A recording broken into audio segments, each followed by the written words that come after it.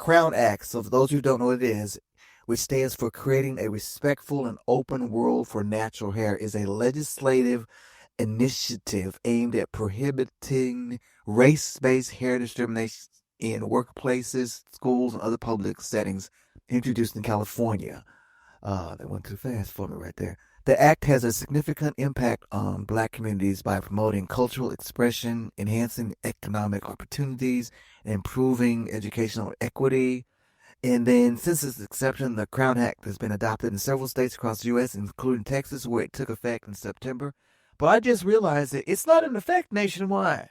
Texas beat everybody else. Can you believe that? It's in effect in Texas.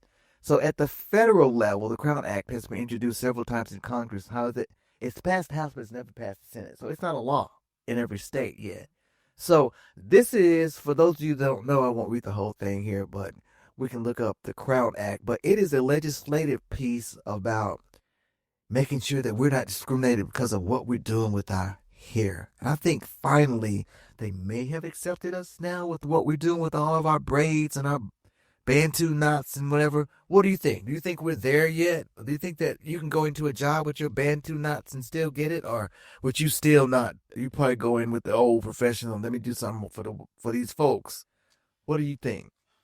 It just all depends on your geographical area. Yeah, The that's culture. the culture. It's just the culture. If you go to a place where it's very diversified and the culture, you have to understand the culture. The culture. That's how you get out of that. You just have to understand the culture. Some cultures are very conservative and very on one side about, how you present your hair. And then you have some cultures are extremely artistic and creative and they welcome, the Bantu knots, Zulu knots, and the two-strand twists undone and that kind of thing. But it's the culture. Yeah, It's in corporate America, it's in schools, it's like, sometimes they don't want kids to have their hair a certain length. It's the color, hmm, all that stuff. like when you go on the East Coast. When I go to the East Coast, like I go every year, my two best friends live in D.C. They have a whole different thing. They get away with a lot of stuff. Down the South, we can't do some of the stuff they are. I mean, they are very in their blackness.